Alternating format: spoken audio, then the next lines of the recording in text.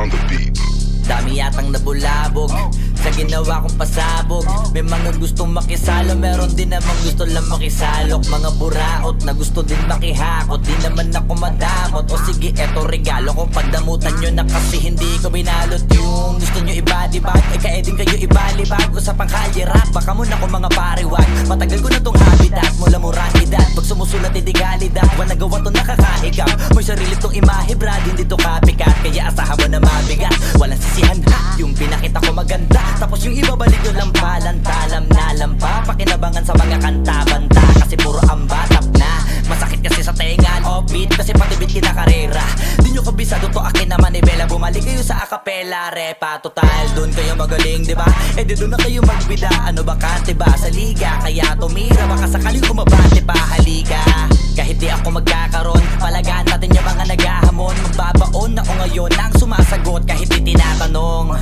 Tawa ngayon iyak later, sige sila na yung mas greater. Kasi pag sila yung nag-rap, mahihirapan lahat pati arranger. Damn, pinili na maging hater. Pag hate, automatic kasi clickbait. Ew, kahit maka million click pa yung mga video mo, matatawagin na hitmaker. Matapang nyo na tugtugin, pasok kumaikinig ibugnutin. Tas yung sinasabi nyo na uhugin, pumatok na kasi shooter. Kayo mga super loser, kasi kahit na anong gawin nyo sa kanya kapuspuser. Hanggang sa net lang aabot, mga dakdak ko kasi di ka 6-footer.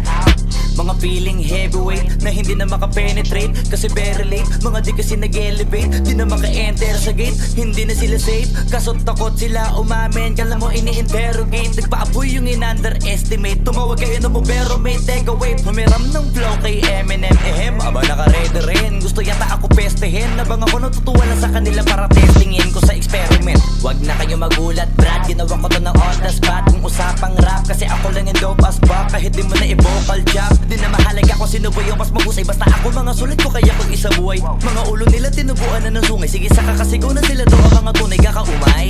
Palibasa din nagkakakulay mga buhay, kaya iba na lang ang hinahalukay. Kung hindi ko iniisip yung ikaanin na utos, eh di sana di ko na sila binuhay. Flip on the beat.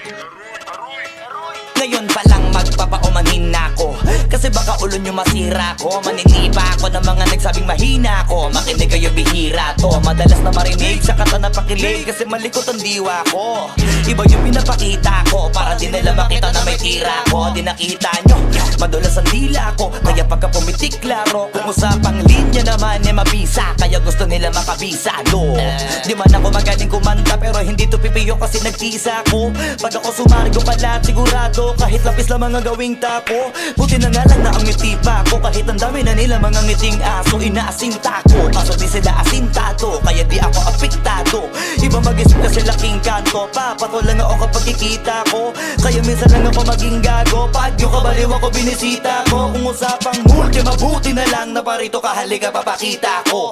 Dami ko kasi may tinabing bago, kung susumayin siguro ano na pong sako. Tsaka balita ko, galing sa bibig nyo madali ka mo, kasi gagawin nga to. Pag hindi nyo nagawa eh para nyo na rin inamit ninyo, kaya na itumba ko.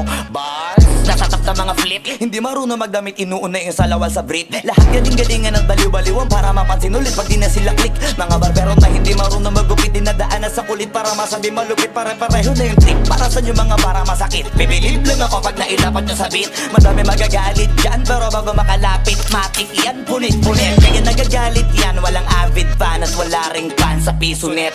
Kita-kita na naman yung difference sa kanila pag kami gumawa, hindi pilit. Tas kung sino pa yung mga silhouette, nagpapanggap na matigas pero galawang impotent. Pero yung mga legit nakakasama ko sa pick, kasi nakakasama ko sila sa gig. At yung mga naiinggit, hindi sila makadikit kasi hindi nila maamin na nabibilib. Kaso halata na kid, mga galaw na weak, hindi kayo masasagit. Sa makatuwid, may pag-asa lang sila makatawid. Pag yung pangalan ay kung saan ay kakabit.